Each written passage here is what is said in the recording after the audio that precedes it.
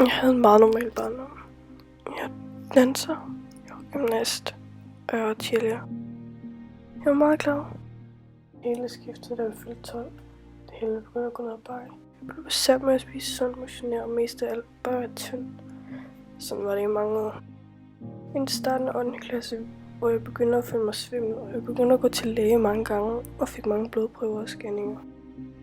De sagde, at jeg havde vestibulær migrænesyndrom, og det sendte mig i gang med en speciel antisvimmelhedskur for at bortskaffe mulig migræneudløsende mad i 6 uger.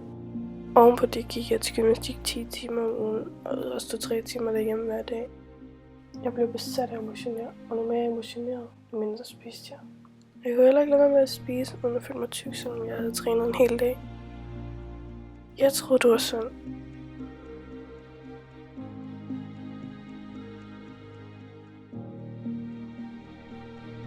Men jeg opdagede først, at det ikke var sundt, da jeg begyndte at få flere og flere skader.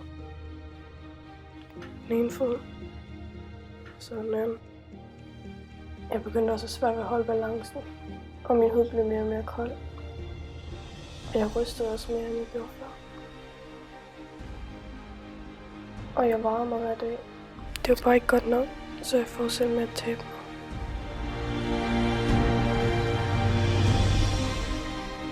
Jeg lavede mad til alle andre, men spiste ikke noget selv, da jeg synes, jeg var for tyk. Men jeg kunne lide at se mig blive tyndere og tyndere.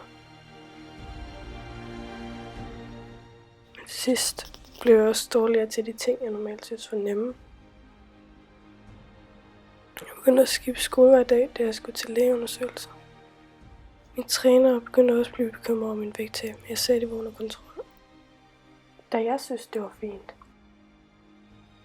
Jeg synes selv, jeg var sund. Men virkelig var jeg døende. Noget af min hjerne havde allerede givet op. Jeg havde taget kontrol over min krop. Hver dag blev sværere, kun fordi jeg ville være tynd.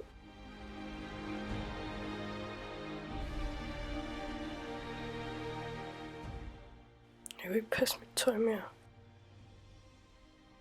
Og min familie begyndte at blive bekymret.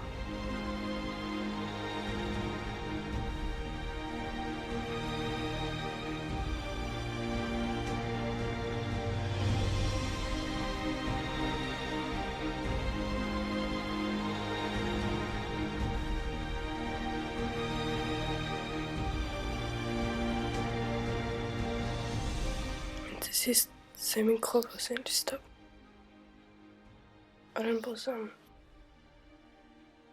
Kort efter det blev jeg kørt hen på hospitalet, isoleret for al familie, venner og veninder i 2 uger, da jeg skulle koncentrere mig om at spise.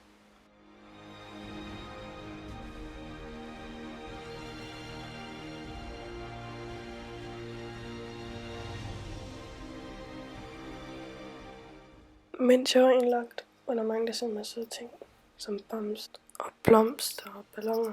Mens jeg var indlagt, fik jeg konstateret ortoreksi og anoreksi nervosa. Jeg boede på et lille værelse på en gang. Efter 6 måneder, så måtte jeg egentlig komme hjem. Min mor kom og hentede mig.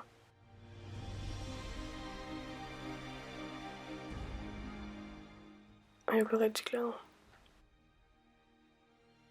Og selvfølgelig, så skulle det fejres.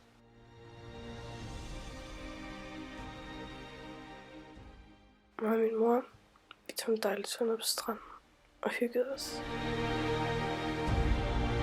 Jeg mødte os 12 søde piger på hospitalet, der boede på den gang, jeg også boede på. Og jeg vil aldrig sulte mig selv igen. Det var forfærdeligt.